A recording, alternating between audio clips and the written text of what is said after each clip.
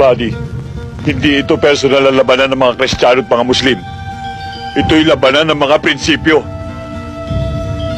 At kayong mga sundalo, hanggat nagpapagamit kayo sa nakatataas sa inyo, sa mga taong may katungkulan sa politika, marami pang walang malay at walang kinalaman ng malalagas.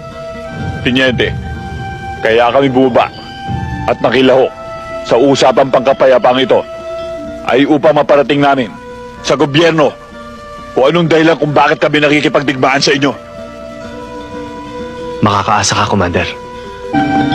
Buddy, tandaan mo, manos na tayo. Sinagip mo ang buhay ng pamangkin ko, tinabla ko ang buhay mo.